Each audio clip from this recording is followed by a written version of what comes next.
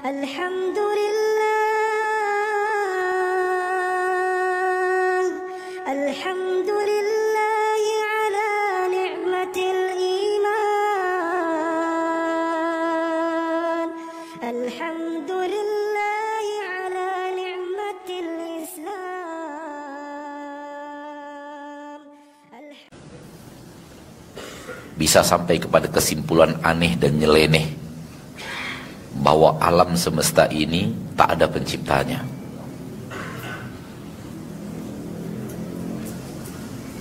Padahal orang super bodoh saja, kalau dikatakan kepadanya bahwa meja ini tak ada yang membuat, dia tidak bisa percaya.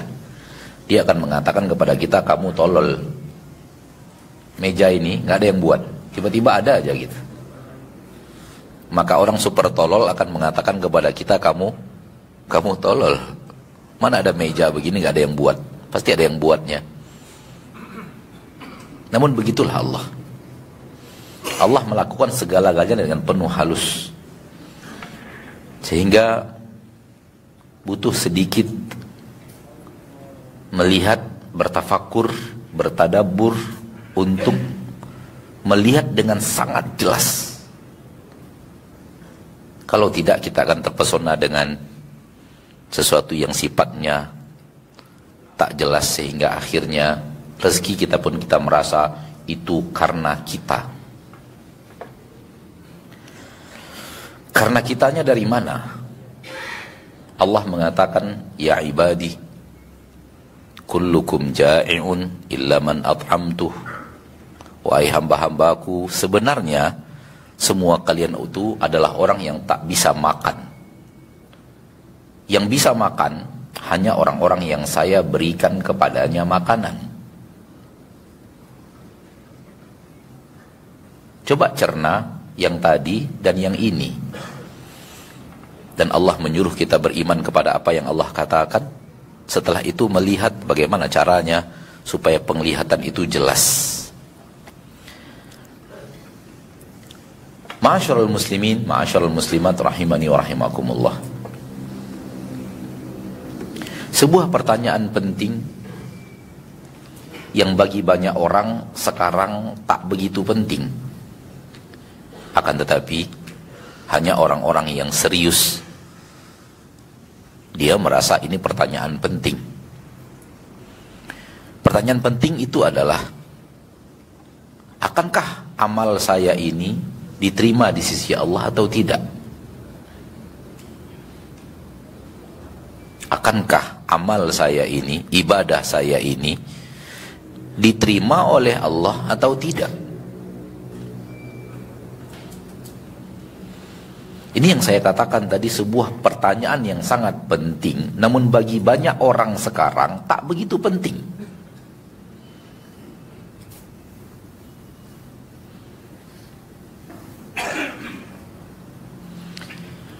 Padahal kalau dilarikan kepada permasalahan dunia, ketika berusaha untuk menjadi karyawan, ketika berusaha untuk menjadi PNS, pertanyaannya adalah bagaimana syarat diterima jadi karyawan di perusahaan tersebut? Bagaimana syarat-syarat untuk diterima menjadi PNS? Bagaimana syarat-syarat untuk diterima menjadi santri di pondok tersebut, menjadi mahasiswa di universitas tersebut? Bukankah itu pertanyaan penting untuk setiap gerakan manusia ketika dia menginginkan sesuatu dari sesuatu? Ada apa dengan dirimu, wahai muslim, wahai muslimah, yang tidak peduli dengan pertanyaan bagaimana caranya supaya amal saya, ibadah saya diterima? Apa syarat-syaratnya? Ini diantara masalah-masalah yang manusia di dunia benar, urusan agamanya salah. Dan itu terlalu banyak dalam kehidupan kita di permukaan bumi ini. Giliran ilmu dunia benar, ilmu akhiratnya salah. Ilmu dunianya benar, ilmu agamanya keliru. Padahal rumus yang sama sebenarnya. Dan kalau kita datangkan ayat walal akhiratu khairul laka minal ula, maka akan timbul hasil berikutnya.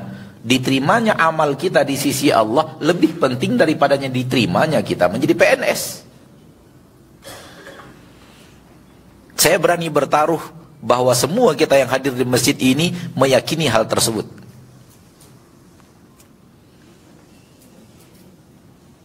Karena akhirat lebih penting daripada dunia, maka diterimanya amal kita di sisi Allah nanti di akhirat, bahasan ini sebenarnya lebih penting daripada bahasan syarat diterima menjadi PNS. Oleh karena itu saya mengatakan dari awal tadi, ini masalah yang sangat teramat penting, namun banyak orang mengira sekarang ini tidak penting. Kalau ini sudah kita rasakan penting, ngertilah kita pentingnya bahasan syarat diterimanya amalan. Dan mengertilah kita alangkah mulianya orang-orang yang selalu mengingatkan kita, hai muslimin, hai muslimat, saudaraku, saudariku, selalulah perhatian dengan syarat diterimanya amal. Selalulah perhatian dengan syarat diterimanya amal. Selalulah perhatikan terus agar amalmu diterima di sisi Allah. Jangan sampai engkau salah beramal, kemudian amalmu di sisi Allah sia-sia. Ibadahmu di sisi Allah bagai tak ada, karena tak diterima.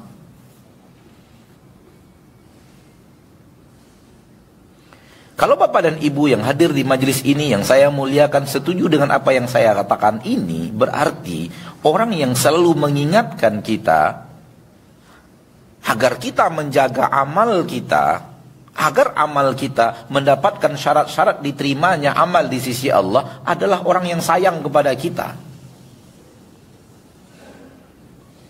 Dia ingin amal kita diterima Allah. Orang yang ingin amal kita diterima Allah, apakah itu karena dia sayang sama kita atau karena dia benci kepada kita? Tinggal dijawab.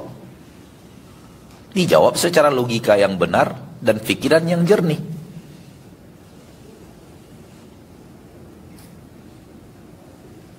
Oleh karena itu, kenapa ulama-ulama ahlu sunnah selalu mengingatkan kita, hai muslimin, hai muslimat saudaraku, saudariku, syarat diterimanya amal ada dua. Satu, sesuaikan dengan sunnah Rasul. Yang kedua, ikhlaskan kepada Allah. Sesuaikan dengan tuntunan yang ada. Yang kedua, ikhlas. Inilah dia syarat untuk diterimanya amal. Pertama, amal tersebut harus sesuai dulu dengan yang diajarkan oleh yang mengajarkan agama. Dan untuk umat akhir zaman, satu-satunya manusia yang diizinkan Allah mengajarkan agama hanya Nabi Muhammad sallallahu alaihi wasallam. Jadi saya tak diizinkan Allah mengajarkan agama, tak. Guru saya yang ini diajarkan izin Allah mengajarkan agama, enggak. Kalau agama itu dari kantong bajunya dia serahkan ke orang lain. Dari kantong celananya dia ambil, dia serahkan kepada orang lain. Dari pengalaman hidupnya dia serahkan kepada orang lain. Ini loh agama, diambil dari pengalaman hidupnya, diambil dari kantong bajunya, kantong jubahnya, kantong serbannya dan semacamnya. Enggak diizinkan Allah. Lalu kapan seseorang diizinkan Allah? Diizinkan Allah kalau berkesesuaian dengan apa yang disampaikan oleh Nabi Muhammad sallallahu alaihi wasallam. Dalam bahasa lain, seluruh guru di permukaan bumi ini setelah Nabi Muhammad, termasuk Abu Bakar, Umar, Uthman, dan Ali, dan termasuk Abu Hurairah, tak diizinkan Allah bicara agama, hanya diizinkan Allah sampaikan apa yang sudah kalian dapatkan dari Muhammad sallallahu alaihi wasallam. Oleh karena itu dalam sebuah hadis Nabi kita tercinta sallallahu alaihi wasallam mengatakan, naddarallahu mru'an sami'a maqalati fawa'aha fa'addaha kama sami' farubba muballaghin aw amin sami'. Semoga Allah memberikan wajah yang berseri-seri, wajah yang berbinar di dunia dan di akhirat. Akhirat lebih penting. Kepada siapa? Sami'a maqalati, kepada orang yang mendengarkan ucapanku, perkataanku. Bukankah itu sunnah? Dia dengarkan perkataanku, dia dengarkan ucapanku, fawa'aha, lalu dia menyimpannya, menyimpannya di dirinya. Fa'addaha, lalu dia sampaikan lagi apa yang dia simpan tadi, kama sami'a, sebagaimana persis dia mendengar, dia katakan lagi. Coba dalami hadis ini, bahwa Anda tidak diizinkan bicara syariat kecuali Anda yakin itu datangnya dari Nabi Muhammad SAW, tidak boleh dikurangi sebagaimana tidak boleh ditambah.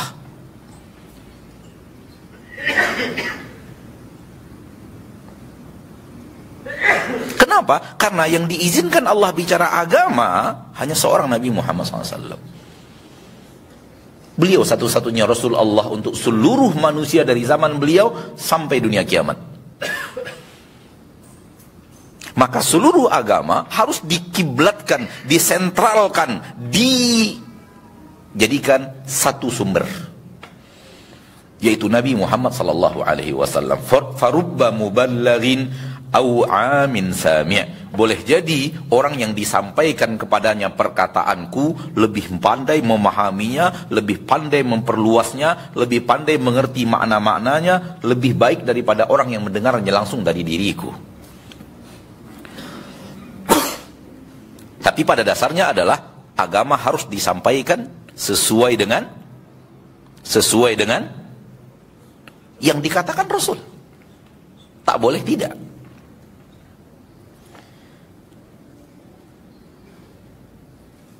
Di dalam Al-Quranul Karim, surat An-Nisa ayat 41, Allah Tabaraka wa Ta'ala berfirman, "Fakaifa idza ji'na min kulli ummatin bisyahid." Surat apa saya katakan tadi? Surat An-Nisa. Ya, "Fakaifa idza ji'na min kulli ummatin bisyahid wa ji'na bika ala haula'i syahida." Bagaimana wahai Nabi, wahai Rasul, kalau nanti setiap umat ada saksi yang Allah datangkan untuk mereka atas amal mereka.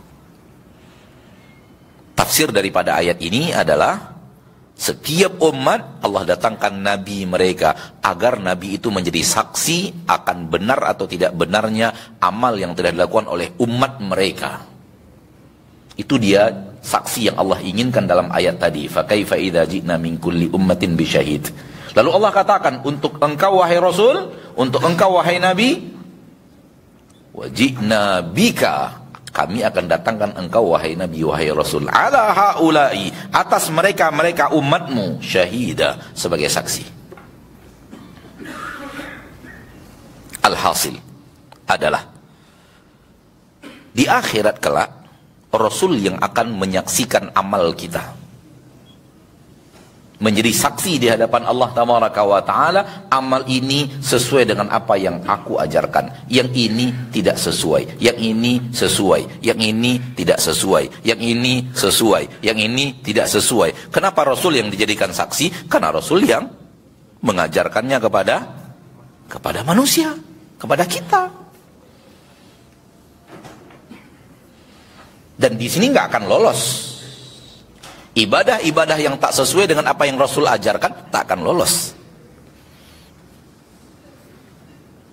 Maka yang akan hanya diterima di sisi Allah adalah amal yang benar-benar sesuai dengan apa yang diajarkan dan diamalkan dan dicontohkan oleh Nabi kita tercinta Muhammad Sallallahu Alaihi Wasallam. Lalu guru-guru ini apa tugas mereka? Tugas mereka adalah menyampaikan kepada kita, begini loh yang Rasul amalkan, begini loh cara Rasul mengamalkan, begini loh cara Rasul melaksanakan, jumlahnya sekian, waktunya sekian, jenisnya sekian, bilangannya sekian.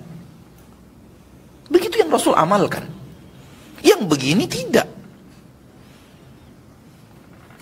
Untuk apa semua itu? Semua itu dalam rangka agar, pertama, agama Rasul sampai kepada generasi penerus.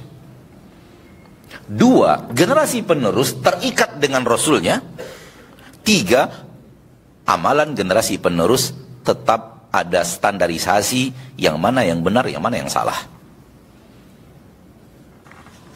Kayaknya Rasul nggak perlu diutus oleh Allah. Coba pikirkan baik-baik apa yang saya katakan. Kalau cukup dengan ikhlas saja mah, kayaknya Rasul nggak perlu diutus.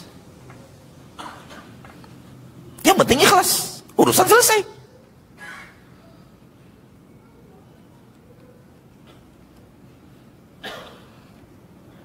Kenapa Allah turunkan Al-Quran kepada Rasul dengan aneka ragam aturan yang sangat ketat? Agama ini punya aturan yang sangat ketat, di mana peraturan perusahaan terbesar manapun di permukaan bumi kalau dihadapkan kepada peraturan Islam, nggak ada apa-apanya peraturan mereka.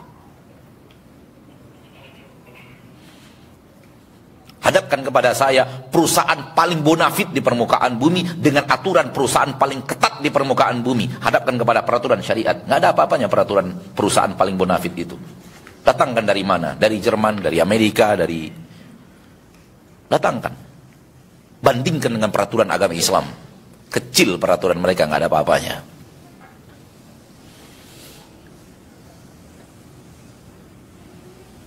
Peraturan Islam itu A to Z kehidupan.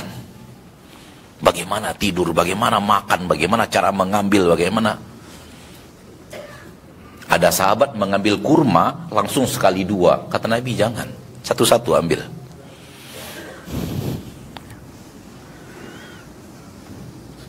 Bayangkan.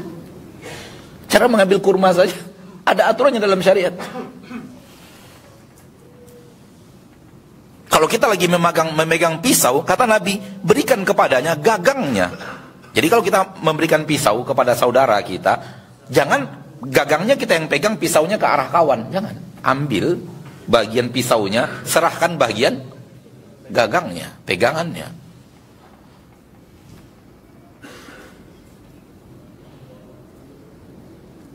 Saya tidak ingin bicara itu. Saya hanya ingin mengatakan bahwa kalau hanya cukup dengan ikhlas saja, semua urusan selesai, semua urusan diterima, semua amal ibadah benar. Pertanyaannya, yang salah yang mana ya? Berarti nggak ada yang salah. Kalau nggak ada yang salah, berarti semua amal umat Islam ini diterima, dan semua umat Islam ini kena ke surga. Kayaknya di dalam Al-Quran, yang ke surga sedikit. Kayaknya di dalam hadis yang ke surga sedikit.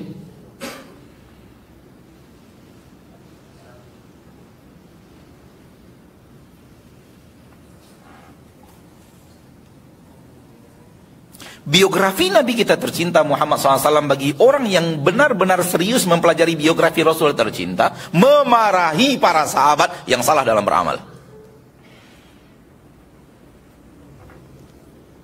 Padahal pas sahabat itu pasti ikhlas,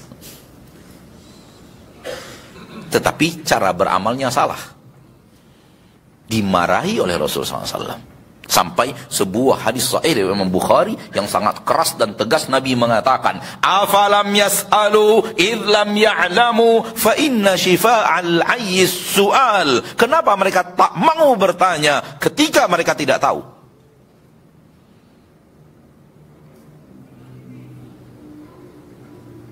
Bahkan di dalam kalimat sebelumnya Nabi mengatakan qataluhu qatalahumullah.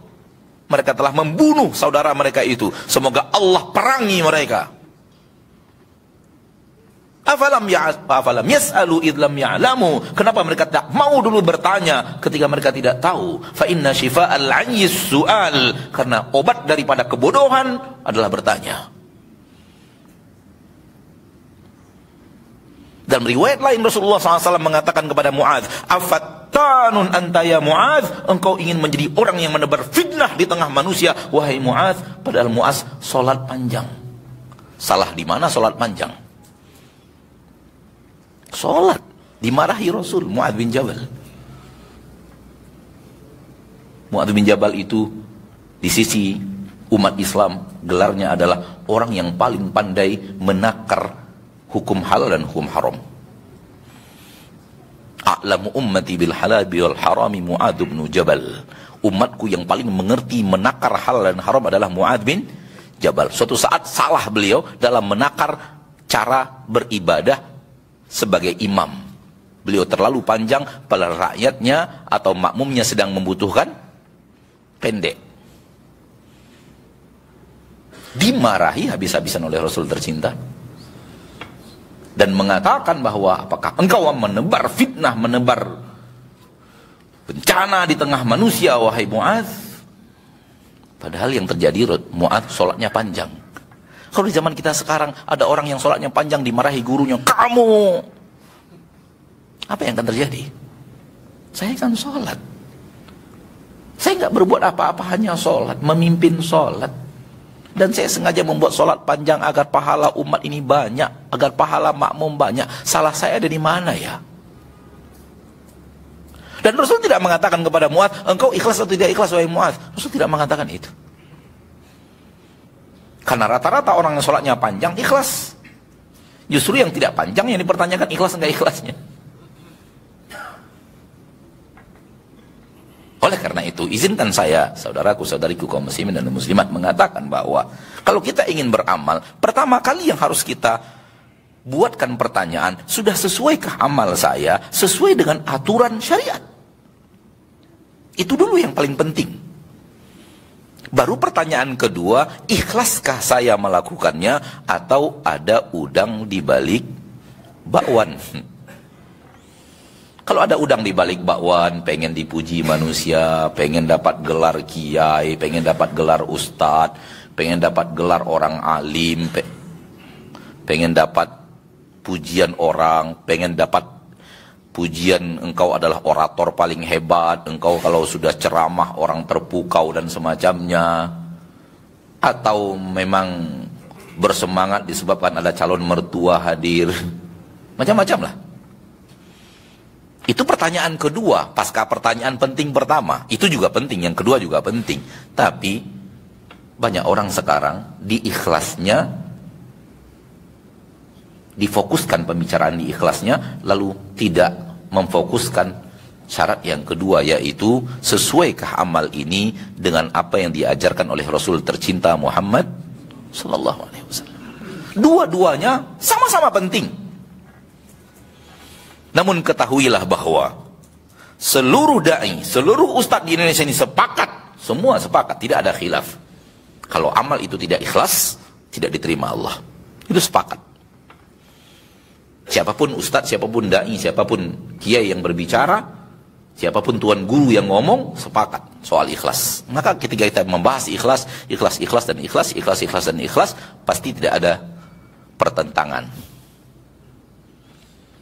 Tapi begitu kita masuk kepada syarat yang satunya lagi, harus sesuai dengan sunnah Nabi tercinta sallallahu alaihi wasallam. Disinilah perdebatan panjang di tengah umat Islam. Disinilah mafraqut tariq, simpang persimpangan jalan, engkau mau mengikuti sunnah Rasul atau tidak. Izinkan saya mengajak diri saya pada kesempatan yang berbahagia ini, dan kita semua yang hadir di majelis yang berbahagia ini, mari kita ikuti sunnah Rasul. Karena agama satu-satunya yang Allah sampaikan kepada seorang manusia, dan seorang manusia satu-satunya yang diizinkan Allah untuk bicara agama adalah Rasul. Selain Rasul hanya penyampai dari Rasul. Izinkan saya untuk mengatakan, seluruh guru, seluruh ustaz hanya jembatan yang kita gunakan, alat yang kita gunakan untuk menyampaikan kita kepada bagaimana sih yang diajarkan Rasul.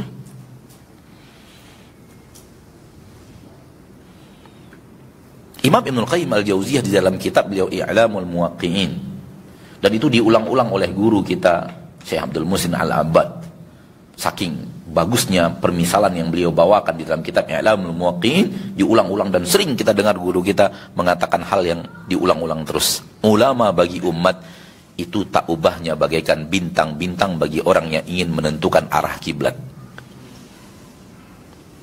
Sebenarnya tujuan utamanya adalah arah kiblat.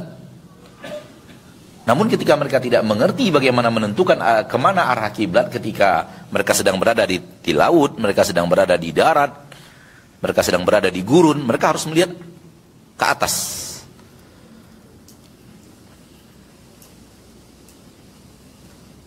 Sekarang kita sudah mengatakan, nggak perlu lagi ke atas, cukup pakai pakai apa? Kompas. Kompas bisa salah nggak? Bintang bisa salah nggak? Nggak bisa. Kompas bisa kehilangan sinyal nggak? bintang bisa kehilangan sinyal nggak? Berarti tetap unggul, yang unggul adalah bintang. Yang unggul adalah bintang. Suatu saat kompas ini bisa hilang nggak? Kita bisa lupa bawa kompas nggak?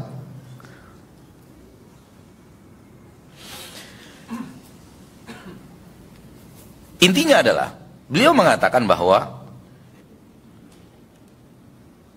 tujuan utamanya adalah mengerti arah kiblat. Inilah tujuan utamanya. Namun untuk itu dia perlu melihat bintang untuk mengetahui kemana arah kiblat yang benar. Nah, bintang-bintang inilah tugasnya para ulama mengajarkan kepada manusia arah kiblat yang benar. Lalu beliau katakan begini, sekiranya engkau sudah berada di depan Ka'bah, gak perlu lagi lihat bintang. Kan tujuannya udah jelas. Nih kiblatnya. Lalu apalagi bintang? Engkau di depan Ka'bah sudah. Oleh karena itu, Abdullah bin Abbas radhiyallahu taala anhu wa ardahu, ketika dikatakan kepada beliau, ini pendapat Abu Bakar, ini pendapat Umar, tak sama dengan pendapat dirimu. Kata Abdullah bin Abbas, aku takut turun hujan batu dari langit.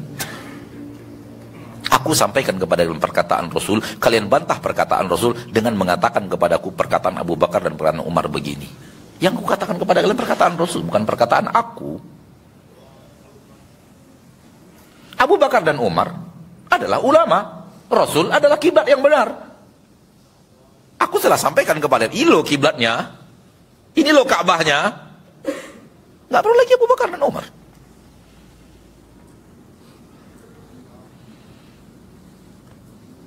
Bapak Ibu yang dimuliakan Allah. Maka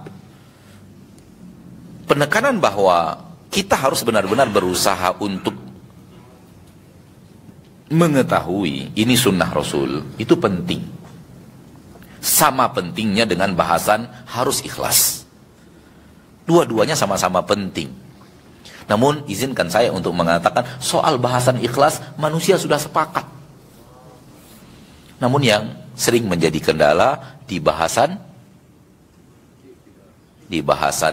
mengikuti sunnahnya.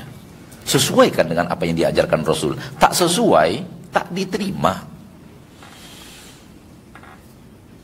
Disinilah lahir ungkapan sebagian saudara-saudari kita yang kita ajarkan kepada mereka, ini loh sunnah Rasul begini. Yang kalian lakukan tak sesuai dengan apa yang dilakukan Rasul.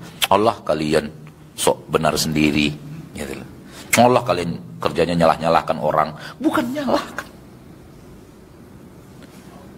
Bahkan justru ingin mengajak kepada yang benar.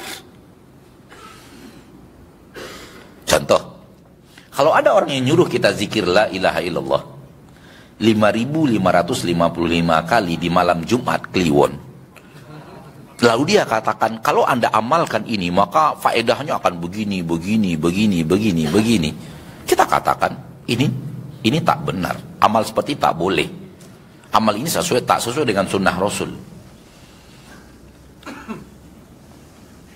Kalau dia bertanya, dari mana kamu tahu? Kan Rasul SAW sudah 1400 tahun lebih meninggal, engkau zaman sekarang. Jawabannya gampang, Rasul saja tak tahu yang mana Jumat Kliwon. Ya kan? Rasul saja tak tahu yang mana Jumat Kliwon. Jumat Kliwon yang tahu orang Jawa, kami orang Sumatera aja nggak tahu yang mana Jumat Kliwon. Orang Papua belum tentu mengerti Jumat Kliwon. Jumat Kliwon adanya di tanah Jawa. Lalu ada apa amal ini diikatkan dengan malam Jumat Kliwon? Itu contoh saja. Belum lagi 5.555-nya dari mana angka cantik ini? Jumlah dengan jumlah sekian itu dari mana datangnya? Ini yang saya katakan tadi. Kadang-kadang amal yang diajarkan orang itu dari saku bajunya dia kasihkan ke orang lain, dari saku jubahnya dikasih ke orang lain. Itu nggak diterima di sisi Allah. Tak boleh beragama dengan cara yang seperti itu. Maka ajakan saya kepada saudaraku, saudariku, kaum muslimin dan muslimat yang peduli amalnya ingin diterima Allah. Dan itu harusnya kepedulian tingkat tinggi. Supaya amal ibadah kita tak sia-sia. Alangkah menyesalnya sekiranya saya adalah orang yang rasanya amal saya sudah banyak, ternyata ketika disaksikan oleh Rasul mayoritas amal saya tak sesuai dengan yang diajarkan Rasul. Hasil akhirnya mayoritas amal itu tak diterima. Hasil akhirnya tak ada pahala. Kenapa? Nggak diterima. Gimana pahala diharapkan? Sisalah amal sedikit. Ada yang diterima tapi ternyata sedikit. Dibandingkan dengan dosa kita terlalu banyak. Inilah dia firman Allah di dalam Al-Quran di awal-awal surat Al-Ghashiyah. Amilatun nasibatun. Namun hasil akhirnya walaupun dia banyak beramal, bertungkus lumus dalam amal, hasil akhirnya tasla naran hamiyah. Dia tetap masuk ke dalam neraka yang apinya panas. Panas luar biasa. Tusqa min ainin aniyah. Lalu diberikan minuman dari air yang aniyah. Di dalam Al-Quran terjemahan sering kita baca, aniyah diterjemahkan air yang panas mendidih. Padahal maknanya lebih dalam daripada itu. Aniyah dari kata-kata ana yakni artinya telah tiba waktunya. Aniyah air yang telah tiba waktunya. Itu terjemahan yang benar. Apa itu air yang telah tiba waktunya? Di dalam tafsir Imam At-Tabari diterangkan, ketika Allah menciptakan langit dan bumi, Allah buat sebuah air dipanaskan. Dan dipanaskan terus sampai saat ini, sampai dunia kiamat, sampai datangnya hari berbangkit, sampai hari berhisab, sampai penduduk neraka sudah masuk neraka. Kalau penduduk neraka sudah masuk neraka, tibalah waktunya air itu untuk diminum. Lihat dalamnya makna hadis ayat ini. Air yang sudah tiba waktunya untuk diminum. Ketika Allah ciptakan langit dan bumi, Allah panaskan. Sampai sekarang masih Allah panaskan. Entah berapa juta usia bumi kita nggak tahu. Berapa ratus ribu kita nggak ada yang tahu. Kalau ataupun ada ilmuwan yang mengatakan ilmu dunia ini bumi ini usianya sudah sekian-sekian, itu hanya praduga. Kepastian nggak ada yang tahu. Katakanlah ya, sudah sekian juta tahun. Oke. Berarti sekian juta tahun Allah sudah panaskan air itu. Entah berapa lagi ribu tahunnya ke depan. Entah berapa lagi jarak antara hari kiamat dan hari berbangkit. Entah berapa lama lagi waktu di padang mahsyar sampai penduduk neraka masuk neraka. Itulah saatnya di mana air ini telah tiba waktunya untuk diminum. Berapa panasnya? Mari Bapak dan Ibu yang dimuliakan Allah. Kalau kita serius ingin amal kita diterima, maka kita harus serius dalam 2 poin. Poin pertama, seriuskan untuk menyesuaikan ibadah ini sesuai dengan tuntunan yang ada. Agama kita adalah peraturan super hebat, super lengkap, super benar, tak ada yang salah. Ikuti aturan yang ada itu. Karena untuk itulah Rasul diutus oleh Allah. Dan jangan sampai Rasul diutus oleh Allah, hasil akhirnya tak ada manfaat dari diutusnya Rasul. Karena semuanya serba boleh. Semuanya serba benar. Kemudian setelah kita sesuaikan dengan cara mempelajari bagaimana Rasul mengajarkan, baru setelah itu kita amalkan sesuai dengan tuntunan itu. Baru yang kemudian pertanyaan berikutnya kepada diri kita adalah, apa yang Anda inginkan dari amal ini? Apa yang Anda inginkan dari amal ini? Amalnya sudah sesuai dengan sunnah Rasul? Oke. Lalu apa? Apa yang Anda inginkan dengan amal ini? Karena niat bervariasi. Niat bermacam-macam. Ikhlas itu tak gampang. Ikhlas itu tak mudah. Baru tanyakan apa yang memotivasi Anda melakukan amal ini. Kalau jawabannya adalah Allah dan apapun yang dari Allah, Allah dan apapun yang dari Allah, berarti ikhlas. Contoh, apapun dari Allah, ingin surga. Surga dari Allah enggak? Iya. Ingin diampuni dosa, dari Allah tidak? Ingin disayangi Allah, dari Allah tidak? Ingin dimaafkan dosa kita, dari Allah tidak? Berarti itu semua ikhlas. Intinya Allah dan apapun yang datang dari Allah. Semoga bahasan saya ini bermanfaat untuk saya dan kita semua. Tadi dikatakan kepada saya maksimal sampai jam 1. Ini udah jam 1 kurang 3 atau 4 menit. Saya serahkan kepada majelis apakah kita cukup sampai di sini atau ada pertanyaan. Wassallallahu wasallam wa baraka wa an'ama ala abdihi wa rasulihi Muhammad. Habis sampai di sini atau ada pertanyaan? 1-2 pertanyaan. Silakan, Pak. Ada pertanyaan, silakan.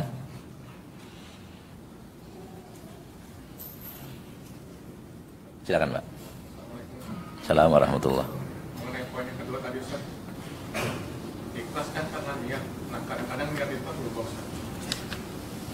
Awalnya kita nggak ikhlas atau jadi ikhlas, atau jadi ikhlas tipis-tipis menjadi kualitas kita. Bagaimana cara mengukuhkan niat agar ikhlas itu? Bahasan ikhlas, ada orang yang masuk amal awalnya tidak ikhlas. Di tengah perjalanan amal dia ikhlas, maka ini amal ikhlas. Sebaliknya, masuk amal pertama ikhlas, setelah itu berubah. Di tengah perjalanan itu, perjalanan amal sedang berjalan, dia berubah menjadi tidak ikhlas. Dan dia menutup amalnya dengan amal tidak ikhlas, maka itu amal tidak ikhlas. Innama al-ibratu bil khawatim.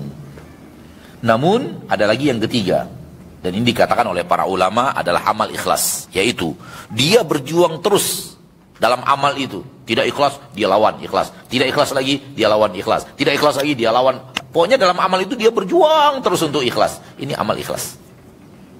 Ini amal ikhlas. Oleh karena itu, masing-masing kita harus selalu introspeksi hati.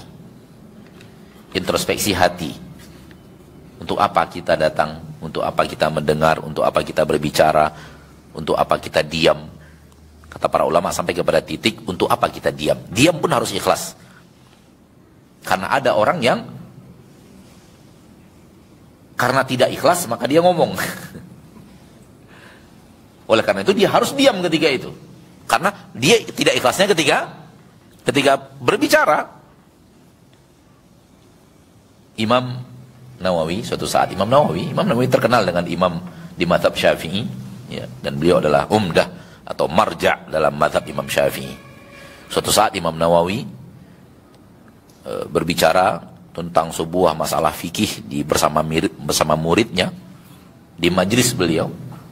Lalu kemudian panjang lebar beliau mentafsir, merinci, membahas secara terperinci bahasan tersebut. Lalu kemudian setelah itu beliau bersama-sama murid-muridnya pergi memenuhi undangan. Di undangan tersebut para ahli ilmu yang hadir membahas masalah tersebut. Tapi tidak serinci bahasan Imam Nawawi tadi. Tidak serinci bahasan Imam Nawawi tadi. Padahal barusan di majelis beliau bicara itu. Namun Imam Nawawi terlihat diam saja, tidak berbicara.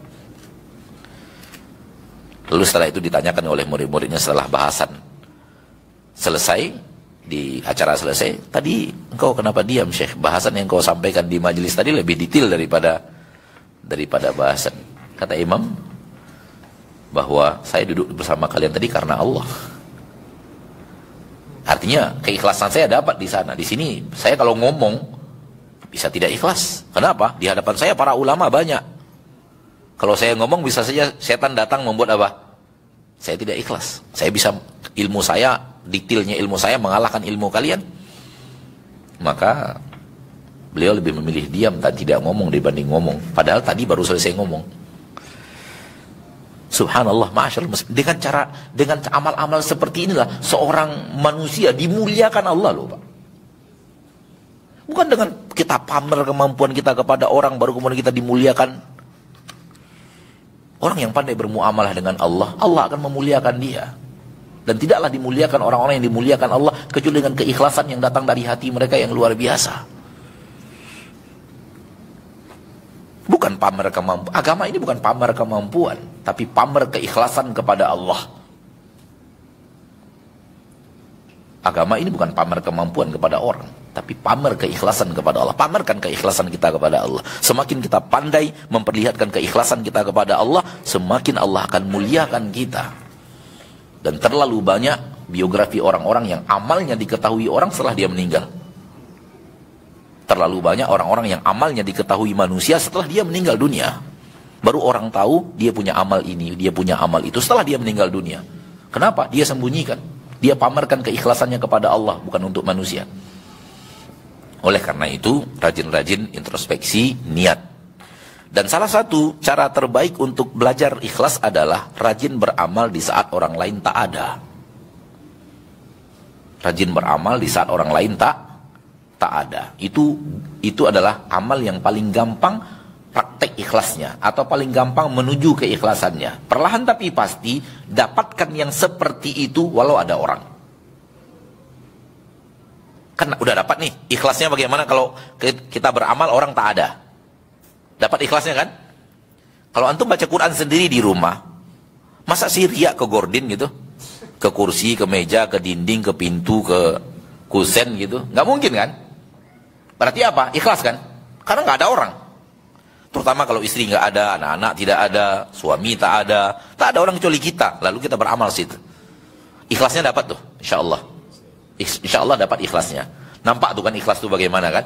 Nah, usahakan dapat yang seperti itu walau ada orang. Simpelnya begitulah. Simpelnya begitu. Bisa nggak kita ikhlas seperti itu walau ada orang? Bisa nggak kita dapat ikhlas seperti itu walau banyak orang? Bisa nggak kita dapat ikhlas seperti itu walau banyak mata menuju kita, menatap kita? Dapat nggak yang seperti itu? Kalau nggak dapat, harus dipertanyakan keikhlasannya. Disinilah controlling ikhlas itu penting. Kalau kita merasa pentingnya masalah diterima dan tidak terimanya amal kita di sisi Allah. Baik, mungkin sampai di sini pertemuan kita pada kesempatan yang berbahagia ini. Semoga Allah Tabaraka wa Ta'ala menjadikan kita hamba-hamba dari umat Nabi Muhammad SAW, hamba-hamba Allah dari umat Nabi Muhammad SAW yang peduli dengan syarat diterimanya amal dan peduli untuk menakar itu dalam amalan kita. Wallahi, summa wallahi, summa wallahi. Terlalu banyak kita sudah berhadapan dengan umat Islam yang kita katakan Rasul begini mengamalkan, bukan seperti yang Anda amalkan. Mereka mengatakan apa salahnya? Subhanallah, bagi kita yang sudah mengerti pentingnya amal diterima, kalimat apa salahnya ini terlalu berat untuk kita terima. Apa salahnya? Kalau apa salahnya? Jadi, apa untungnya Rasul diutus ke permukaan bumi? Untuk apa Rasul diutus? Kalau yang salah pun apa salahnya? Jangan salahkan orang yang zikirnya begini, zikirnya begitu, zikirnya begini, zikir. Yang salahkan orang yang nggak sholat. Asal dia mau sholat, apapun cara ibadahnya, udah terima itu dari mereka. Tak begitu juga. Tak begitu juga. Sejauh yang kita fahami cara beragama yang baik dan benar dari para ahli ilmu, dari ulama-ulama terdahulu sampai sekarang, tak begitu. Bahkan dari para sahabat, tak begitu cara beragama. Cara beragama adalah tinggalkan apa yang kau mau kepada apa yang Rasul mau. Tinggalkan apa yang kau biasa kepada apa yang